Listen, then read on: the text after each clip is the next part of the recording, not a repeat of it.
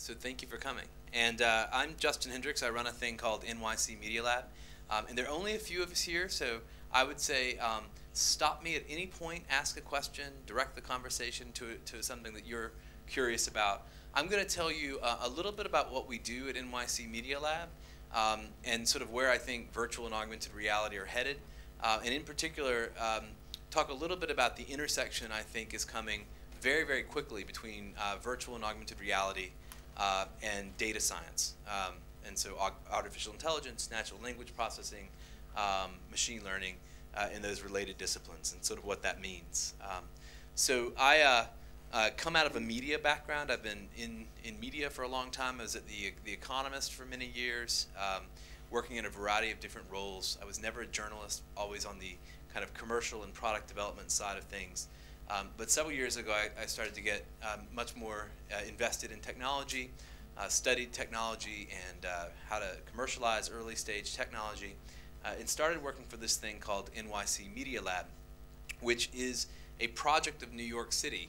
The goal of it was to bring together all of the universities in New York and all of the media companies. And I'm going to tell you a little bit more about that in a second. But just as a way of starting out, does anyone recognize either of these things that are on the screen right now? Anybody know these two things? Okay, so on your left, this is a man called Ivan Sutherland, and he's demonstrating a thing called the Sword of Damocles. It was the first head-mounted display, the first sort of formulation of a virtual reality headset. Anybody have a sense of what year that might have been? 1975. Anybody else? Okay, it's actually 1965, so quite a long time ago. Ivan Sutherland, at the time at the University of Utah, he published a paper called a head-worn display. And this thing here, anybody any sense of what that might be or recognize that video? Okay, so that's what's that? 1936. Okay, so that's actually 50 years ago, 1968. That's Douglas Engelbart. Demonstrating, well, he had this thing called the mother of all demos. Has anybody heard of that? So in computer science history, it was sort of a famous moment where he essentially demonstrated many of the technologies that are important to us today, from object-oriented interactions on screens to hypertext links to just a real range of the mouse was one of his sort of inventions at that time. It's a range of technologies that have really changed human-computer interaction. But I guess the thing that I'd mention about these things is that, to some extent, a lot of the sort of way we think about interacting with machines, interacting with information, these modes have been around for a long time, decades even. And some of the things that we're doing now, they seem new, but humanity's sort of been toying with these ideas for quite a long time. So it's only now at the stage that we can really experiment with the potential of these ideas. In this display, I think he had something like 4 pixels or something like that. It was a very limited capability back in 1967. And as you can imagine, it took quite a lot of power and quite a lot of effort to be able to power even that minimal number of pixels in that display. I always worried that he would electrocute himself. But that's worth you going back and reading that original paper. But all of that work came out of universities, out of academic research. So the idea behind NYC Media Lab is very much that we should pay attention to what's going on in those universities. And as we think about how to innovate with media, we should build relationships inside of the universities. So this Media Lab that I run was started by the New York City Economic Development Corporation, so a piece of the New York City government that tries to encourage industry innovation. And I work with faculty and students from across a variety of schools in New York, so from NYU and CUNY and Columbia, and also the design schools at the New School, SVA, and the Pratt Institute. So we work with computer scientists and engineers, with designers, artists, journalists, and the like, to explore emerging media technology. And we do that in collaboration with some of New York's largest companies, most of them publishers of some sort, or advertising agencies, or technology companies, or mobile operators. The goal is to work with technologists in the companies and partner them up with faculty and students on the campuses to explore what's possible. So I'll talk a little bit about some of the programs we get up to.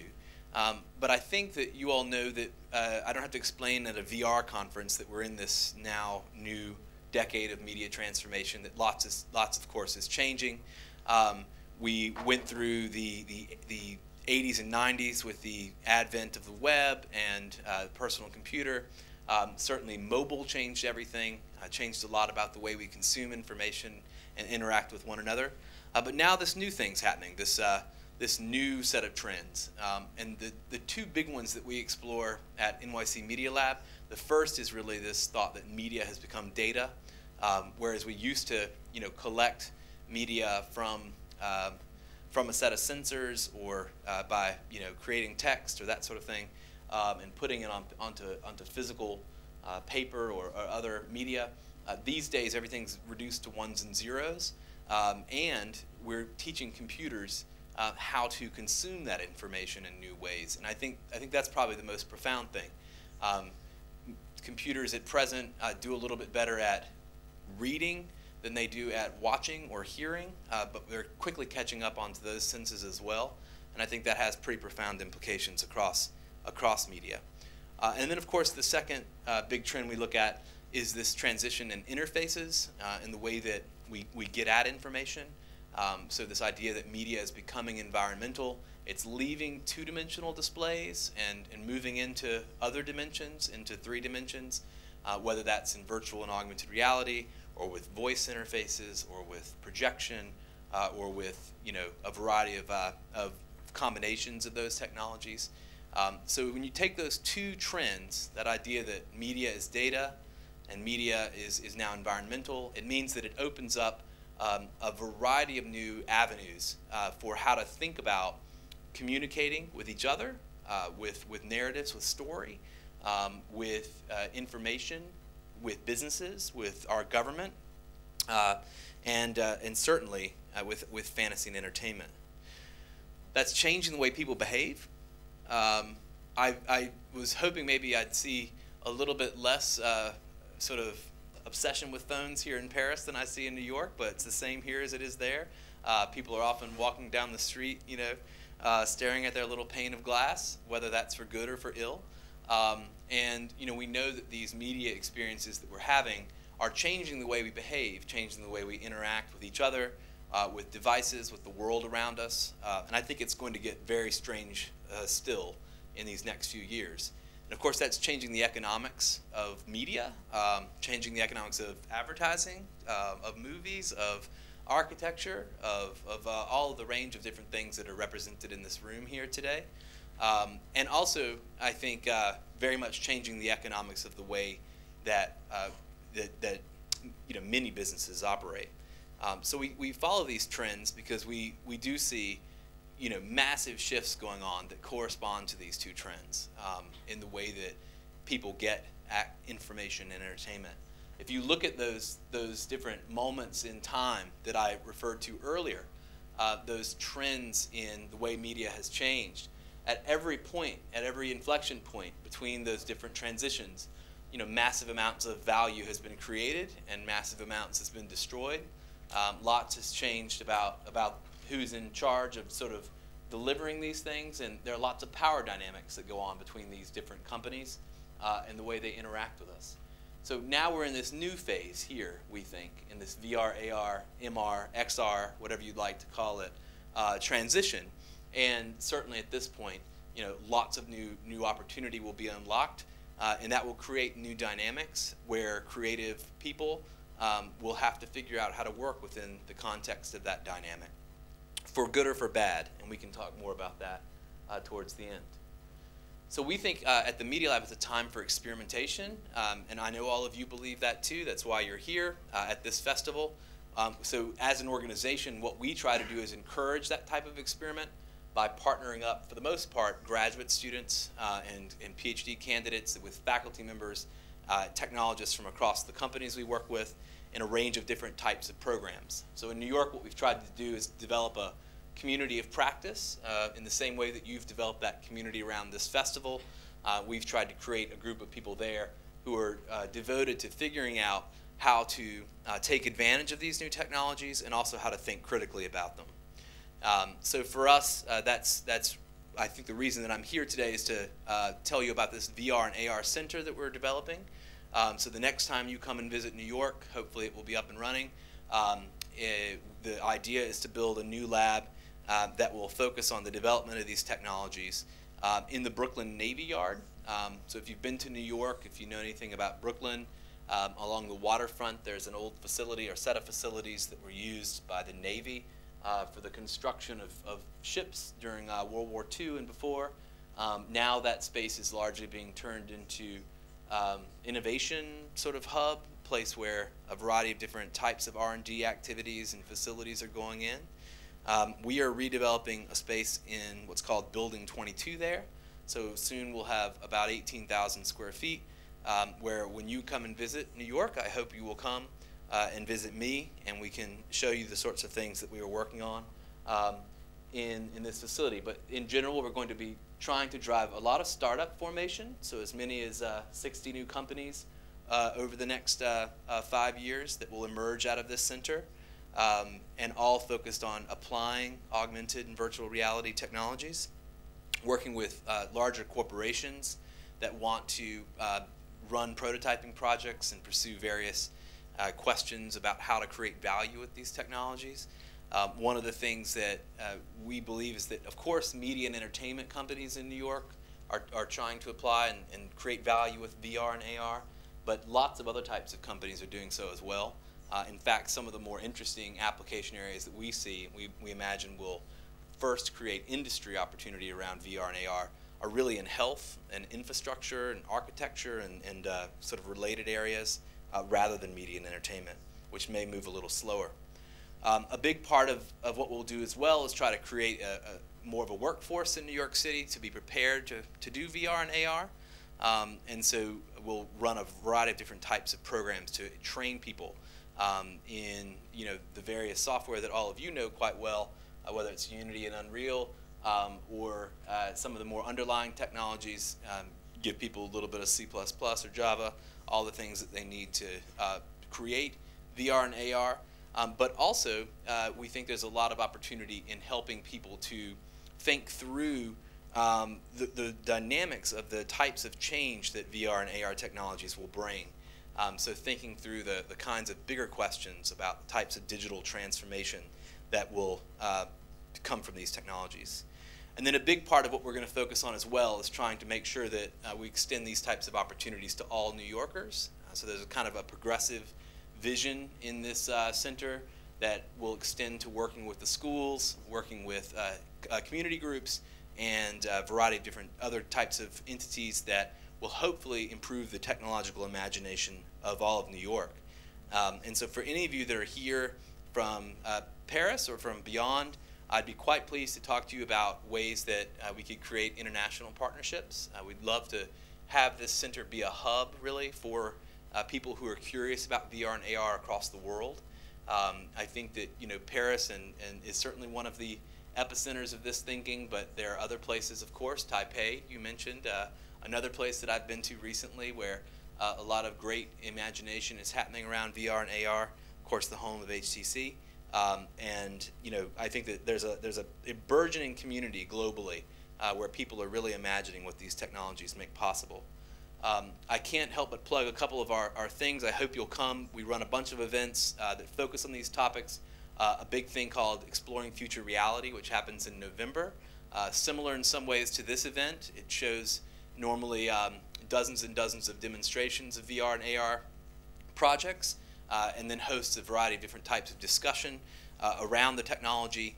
So I'd encourage you to come to New York at that time. You can find more about that on our website, and come through and really get a sense to enjoy those discussions. But what we do, we try to explore VR really by churning out tons of prototypes, just getting people working against briefs on these technologies and really exploring what's possible. So that's one of the main things we do to try to encourage VR and AR experimentation. We also run a startup accelerator. I'll talk a little bit about a couple of the types of companies that have come out of there. And of course, I mentioned the events. But the prototyping projects really are about just doing sort of things as fast and as cheap as we can. So You know, VR and AR, for a long time, it was very hard to prototype in virtual and augmented reality. You had to really be a computer graphics expert. You had to work on things often for years. Now we're seeing, you know, teams come in with a concept and have a you know, pretty high quality prototype in just a matter of weeks in some cases, which is a huge change. You know, the technology, the software, the hardware has moved along to the point where regular people with very little experience can produce relatively high quality prototypes in short order. And I think that to me is immensely important in thinking about whether and when these technologies will really propagate, how quickly they'll be dispersed. A lot of people who are still on the fence about whether VR and AR will be a thing.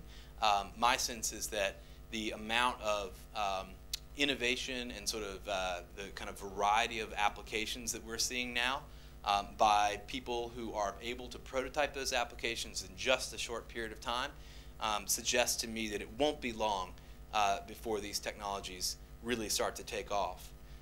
So we try to work with, you know, what's recently possible.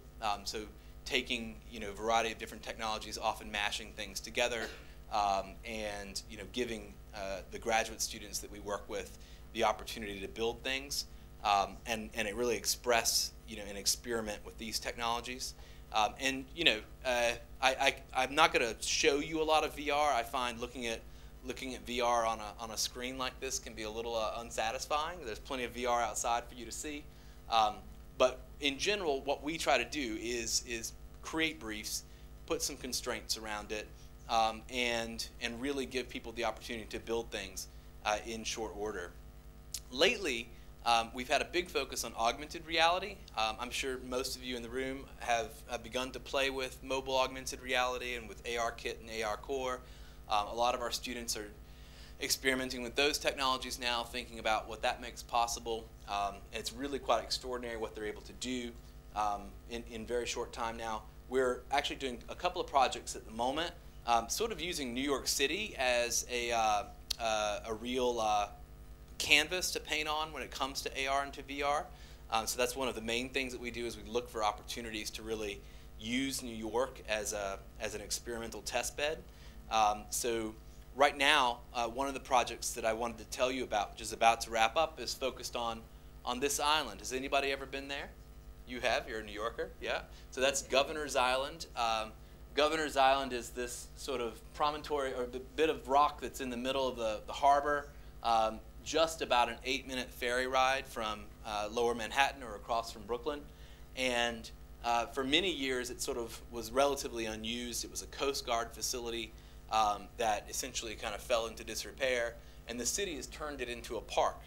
And so one of the things that we're doing right now is working with a team of graduate students who are developing augmented reality applications to tell the story of Governor's Island through the history and through the sort of physicality of the space. And so next week, actually, we'll demo 5 new virtual reality applications that all tell the story of the island in different ways, either by pondering, looking back on the city, or talking about the sort of geography of the island itself, looking at the history of the Lenape Indians, who were the sort of original inhabitants of Manhattan and New York City. And so Governor's Island is one of the canvases that we're using these technologies to explore location-based augmented reality and create those types of experiments. Another thing that we see a lot of people, that's advancing on its own, I see a lot of people doing in AR is really looking at history and trying to, there's this sort of sense right now of using augmented reality to layer information from the past into the present. So we see a lot of different teams that are doing that. This is a project from a team at the CUNY Graduate School of Journalism, which is actually working with archival footage from, or photos, I should say, from the New York Times, going back all the way to the last century, and trying to extract that information and put it into geographies where it can be uncovered by a user. When they walk through a certain part of New York, they can access the history of the city through that photo archive overlaid onto today's infrastructure. That's one example of a history project. We've got several others that are kind of in the works at the moment. One of the more interesting ones that I would encourage you to look up, this project you can find on the web, is one called Calling Thunder. This is a project by a student at the School of Visual Arts called David Al Ibrahim. This is him presenting it at our summit in September. He wanted to recreate the sonic experience, or the audio experience of what it would have been like to be in Manhattan before European settlers came. But he didn't want to just sort of make it up. He went and did a very scientific job of it, talked to everyone from ornithologists to entomologists, recreated the entire atmosphere of sound on Manhattan Island before white settlers came, and created this experience which used a very minimal virtual reality environment combined with a pretty extraordinarily well done sound experience to kind of create this meditation on the history of Manhattan as an island. His experiment was largely about sound in virtual reality as opposed to the actual optics of the experience, and one that really got at the history in a different way. So we see a lot of that. There was someone yesterday at a panel here talking about the AR cloud and the idea of eventually this sort of environment of information that will be located in the geography of where that information came from. That's something that will be made possible by advances in computing and wireless networks.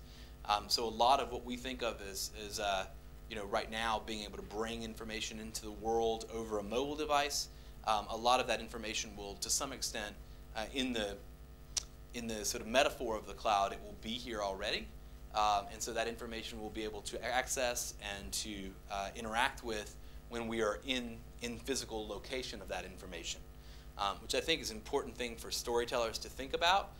When you can imagine walking through layers of information when you're in a physical place, what does it mean, and what does that mean for storytelling and for interacting?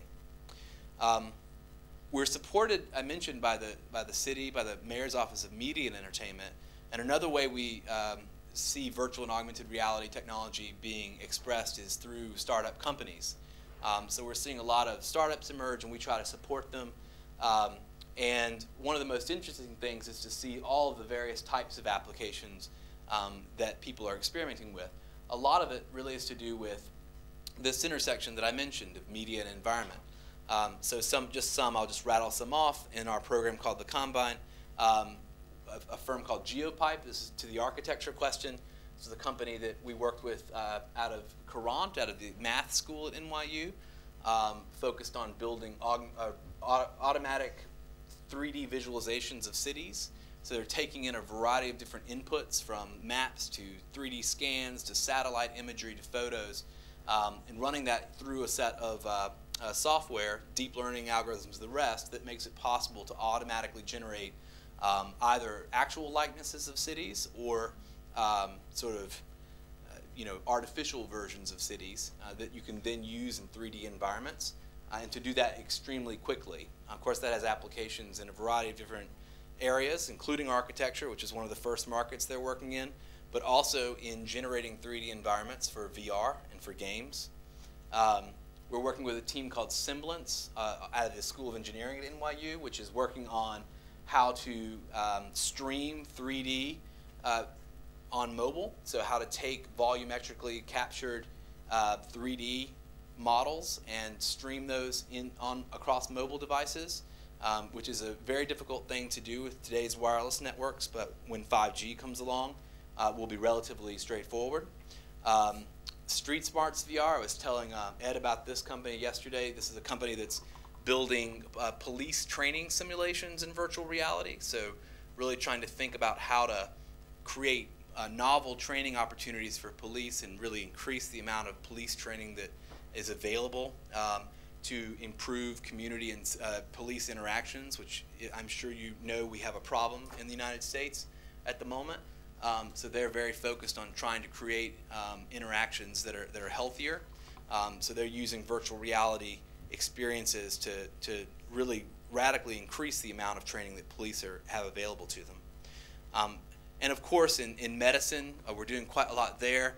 This is a company called VAS-AR that was essentially using augmented reality to train surgeons who are doing intravascular interventions, so navigating the heart and the veins, really trying to take those 3D visualizations of MRIs and put them in the OR where the surgeon can access those visualizations while they're literally in the process of doing a surgery, and being able to manipulate and change the view of a particular patient's anatomy while they're in the OR. And then you mentioned BIM. A lot of companies that are experimenting with taking building information and trying to create tools to imagine infrastructure and architecture. It's a company called Aculus, very much with that same sort of thought in mind. All of these are companies that we've essentially ushered into existence by taking them from the university, taking them through a commercialization process, and then helping them to get their start. But I think what's most interesting, and this is kind of where I'll end up, is this intersection between VR and AR and AI. So if you take anything from what I said today, first, you should pay strong attention to what's happening in your universities, but B, it's this intersection. Anybody have one of these? Right? So a few of you do. These devices are far more common these days in people's homes, and they're really sort of the tip of the spear for a new layer of interaction with media, and certainly interaction with artificial intelligence, with data. We're seeing this kind of advent of AI that is making it possible to interact with information in a new way with voice command. So you've got this opportunity to really generate experiences, really generate media experiences. And I think what you're going to see is that artificial intelligence is going to play a much larger role in all of the media experiences that you're having over the next few years.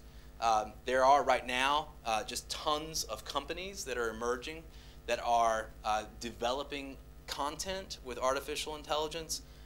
These are just some of them. This is from a kind of little sketch of the industry that we put together with some folks at one of the companies listed here called Wibbits.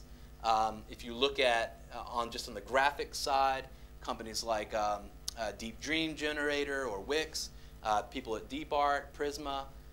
In audio, companies like Lyrebird, Amper, which Amper is a great New York company, for instance, that you can automatically generate sound or kind of music instrumentation. You can give it a variety of different variables. It'll spit out for you a royalty-free piece of music instantly. It lets you change a lot of the different dynamics of that music, the sentiment, the instrumentation, the rest of it, and get something good. Of course, in video, we're seeing lots of this sort of automatically generated video. Companies like Wibbits that take a variety of different clips, you feed them into the system, the machine will sort of recognize the elements of that video and then automatically generate content based on that footage that you've uploaded. And certainly in text, everything from companies like Narrative Science and Automated Insights, which are essentially taking any kind of corpora of data and turning it into text that's human readable. They're doing that quite a lot with things like weather information or sports scores and things like that. In the States right now, a large amount of the sports and weather and financial content that you read is actually completely generated by machines. There aren't really human journalists behind it anymore at all. And that will continue to be the case. What's important about this is its sort of combination with VR and AR. When you imagine this world in future where we're able to take images, sound, pictures, and we're able to manipulate them based on context. Some of you might have seen this stuff. These are kind of examples of some work in deep learning that NVIDIA, the chip maker, is doing, where they're taking an image, say this image of the road here, and running it through a deep learning algorithm, applying a different kind of filter to it and saying, well, okay, let's see what this would look like, what this image would look like if it were a rainy day rather than a sunny day. They're able to do that automatically. Same with this sort of the sunny image versus the rainy image here, the summer image, the winter image. So starting with something real, ending up with something that is hyper-realistic, but completely generated by the machine, and doing that automatically. Some of you have seen some of the stranger uses of this.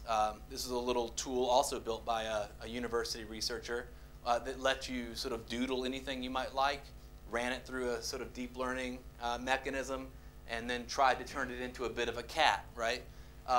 Right now, the image that comes out is pretty strange, pretty grainy, doesn't really work terribly well.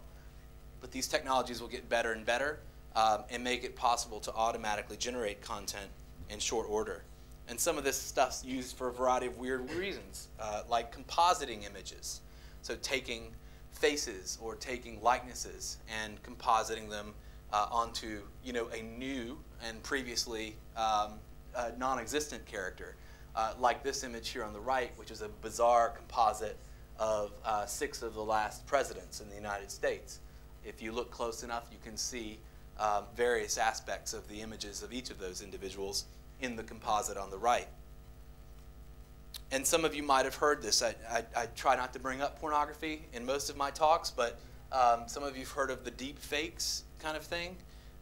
So this is this kind of mechanism that has been kind of getting some news lately, where people are able to take images of a person using a deep learning a toolkit that a person has made available on Reddit, essentially apply people's faces onto actresses in videos and get a completely different output.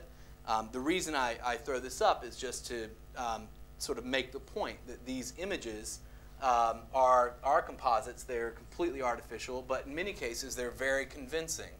And I think when you imagine sort of what will come of these sorts of technologies, it's not hard to imagine a lot of that kind of technology being combined with personalization and recommendation technologies. Right now we're in this sort of second generation of those technologies, but a third generation is on its way in at the moment. This sort of combination of machine learning and economics, more inputs around your psychology, experiential design theory, the rest of these sorts of disciplines being applied to sort of getting at, you know, your context, your emotions, your sensibilities, taking all of this content, automatically generating it, and creating an experience for you that is completely personalized, entirely designed for your personal interest. So I think that it's going to get very strange in the next few years. You know, some of the VR and AR demonstrations you're going to see here right now, they're using only one layer of these technologies, right? So they're experimenting only with the interface layer.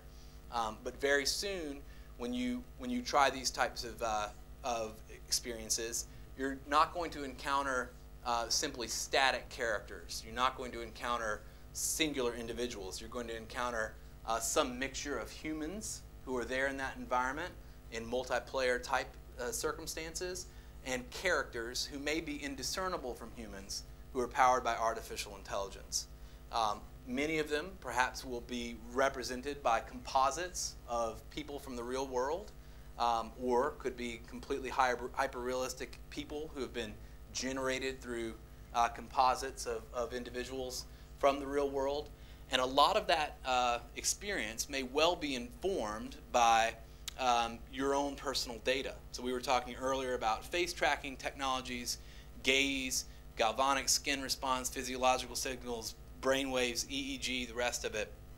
People are working on that right now, how to take that, that data and use it to personalize experiences, media experiences. So it's not hard to imagine a future reality in just a few years' time where these three sort of trends in tech, whether the personalization and recommendation, artificial intelligence and machine learning, virtual and augmented reality, whether they converge to some extent to create some very strange experiences indeed.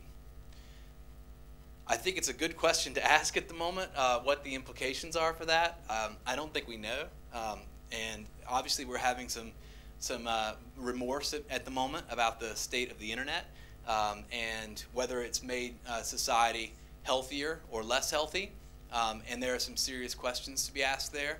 One of the things that we try to do in New York is to think about these technologies critically I think it's very important that we all do that and we imagine their implication, even as we try to push the bounds and we try to push the technology forward. We try to imagine what's possible with the best applications.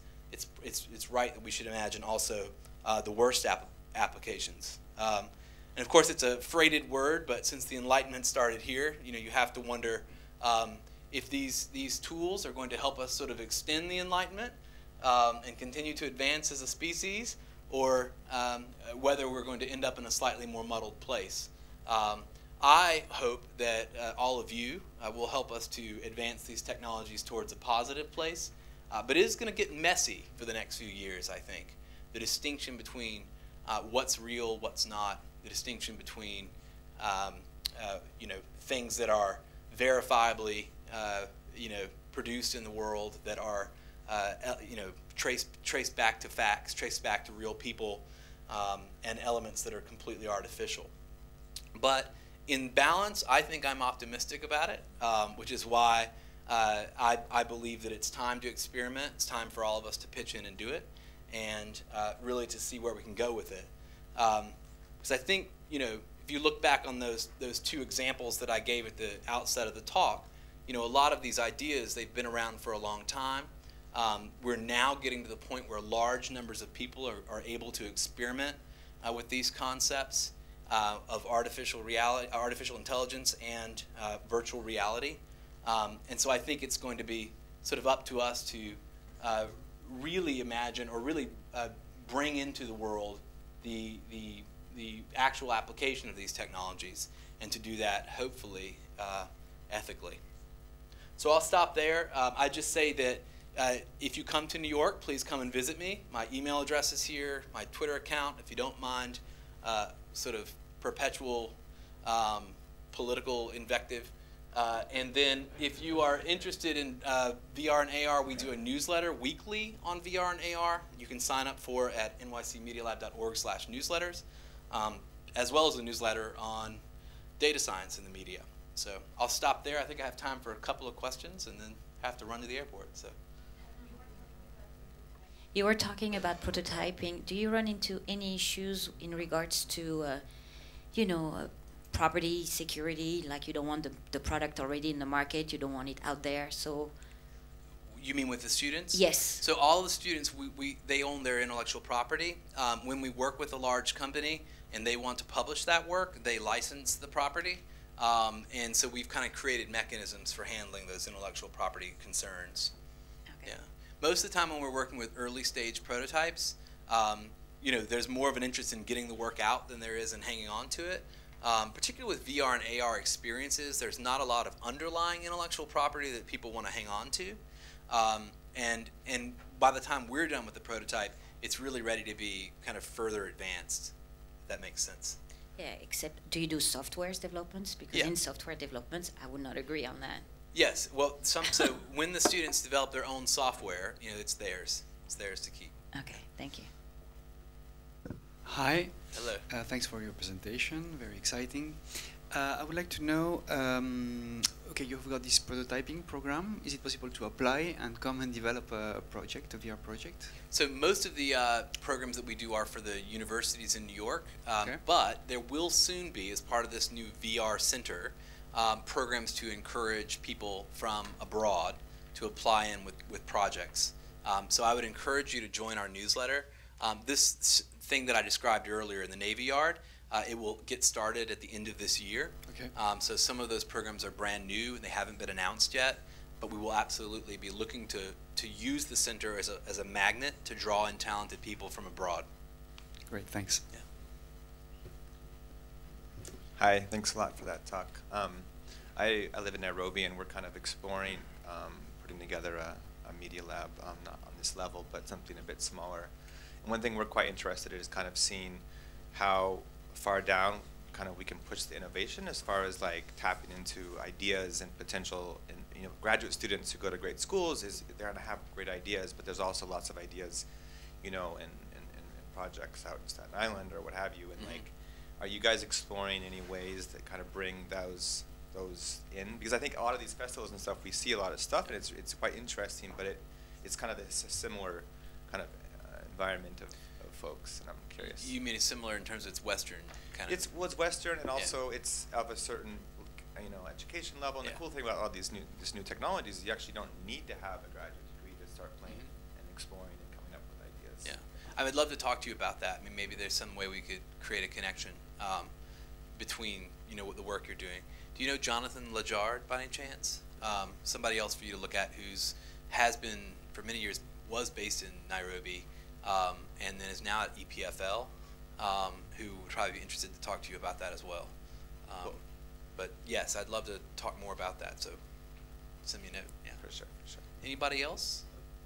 Just wondering, is it very important for your instructor to be in a place, like located and have a big space, or could you have the same project but just move and meet the students at the university? Yeah. I'm just wondering about my structure in France. We are wondering for years if we should get located in one place and wait for the talents to come, or just the other way. So kind of built into the idea behind the center we're developing is a kind of hub and spoke mentality. So the Navy Yard, for those of you who know New York, is not exactly the easiest place to get to. It's a little bit out of the way. It takes a little bit of time to get there. So the space we're developing there will have some reasons to go. So we've got some extra tall ceilings. We've got motion capturing, green screen, volumetric, the rest of that stuff, which will make it attractive to creators and people who want to come and experiment with those things.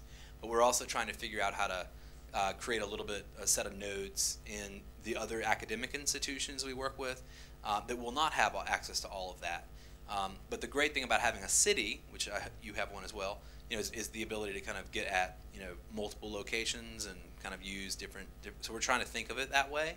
But I do think there is something special about having a place where you can gather and where you can know that people are going to have sort of various technical expertise and be able to solve problems very quickly. And that's one of the things that we're trying to develop, is really that community of practice, that place where you can go and you're certain that you'll find people who have used the latest tools and thought through lots of the problems and have ways of coming to solutions. So I don't know if that was a good answer to your question.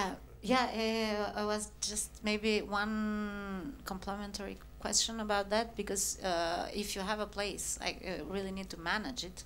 Yes. Yeah. It's expensive. Yes. It's expensive. You need much more people just to manage the place. It means that you have less people to work on the management of the projects and stuff. So well, that's kind of what we do at the Media Lab. So we're kind of a professional infrastructure that provides for this type of prototyping activity. Maybe one more here. Yes, ma'am. I did have a question. So yes, you have this lab, and I admire you for that. What is the next step for the students? Like, do you have this kind? When I had animation studios and I needed to find talents, any artist, okay? Yeah. They used to send reels. We had access through the world's people. How do students get access to the rest of the world? So I mentioned at the outset of the talk all of the various companies who work with, and one of the reasons that they work with us is so that they can hire the students that do the projects that they engage in. Those are the big ones. They are the big ones. There are also a lot of mid-size and small companies in New York that we will help to place people at. So that's a big piece of it too. Everybody from companies like Frame Store, which are not enormous, but slightly larger, but not at Viacom scale. So companies that are looking to hire VR and AR talent, we work with them very much to kind of help them. And we do a lot of sort of individual, even myself, I do a lot of like one-on-one kind of talent matching. So we do spend quite a lot of time on that, trying to create opportunities for people. And your email would be the best way to do it. Yeah, send me an email. I get lots of them, so give me a little bit of time to get back. But anybody else? Yeah, I'm grateful for the opportunity to talk to you all. Hopefully, I gave you a little bit of, I think, opportunity leavened with we need to be careful. I really truly believe that around these technologies. These are very powerful technologies. I was talking to Ed about this yesterday. They're not yet at the point where I know that they will be in a few years' time. So their power for good is extraordinary, but so is their power for other things, for manipulation, and for changing society for the worse. So I do think we're at the early stages as a society of making that decision about what we're going to do with these media technology. And so I would encourage us to continue that conversation in New York. Come see me.